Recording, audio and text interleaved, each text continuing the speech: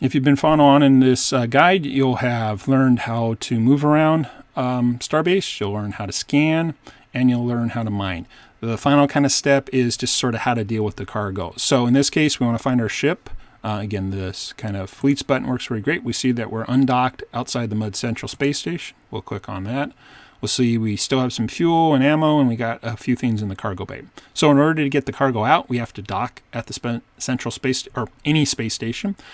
You would dock at the Central Space Station if you want to actually take those resources and put them back into your wallet so you can use it in other parts of the Star Atlas game. And that's what I'm gonna show you here. So we're at the Central Space Station. Again, if we were somewhere else, we can move back. We're here. We go ahead and dock.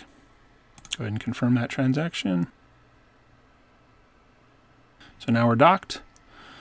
And now there's a couple different things we can do to get that cargo out. One is we can actually go to the hangar, and we'll see there's actually an unload all cargo button, but I want to show you how to do it individually if you want to. So you actually can open up the individual fleet, go down to the cargo here, and we'll see our food and our hydrogen. In this case, I want to unload just the hydrogen, so I click that. It's going to do all 28. But I could type in a different number, and then I can transfer the cargo to the Starbase. So I'll go ahead and click on that, and we'll confirm that.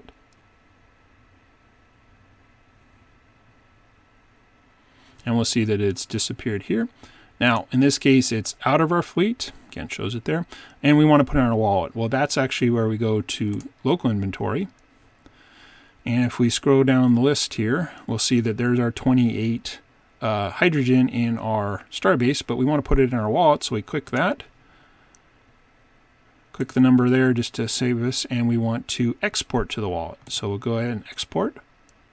And again, because it's an action within the game, we have to record it on the blockchain, so we'll see that our 28 hydrogen is leaving. A little bit of a network fee. We can click confirm, and we'll see that it changes from in the Starbase to stored in wallet.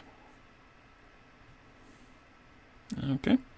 That's changed. Again, we'll probably get that. Yep, there's 0. Okay, so now it's in our wallet, but let's go ahead and check that. So the best way to check that is actually go to the Star Atlas website. Again, we'll just go to the main page. We could also go to play.staratlas.com.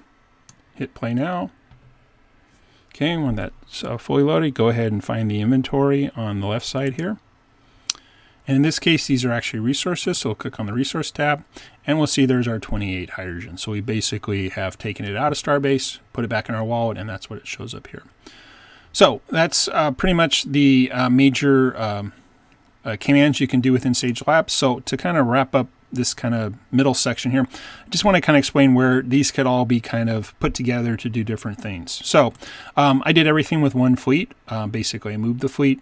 I showed you how to scan for SDUs, and I showed you how to do mine, and then how to move cargo around both between the fleet and the Starbase and out of the Starbase back in your wallet. But let's just say you had more than one fleet. You could actually have a fleet dedicated just to scanning. It could just move around and hit the scan button and see if you find anything, and move again and scan. On the other hand, you can have a fleet maybe dedicated just to mining, and maybe again you wanted to go up to one of the other star bases and mine there. That's a potential thing you can do.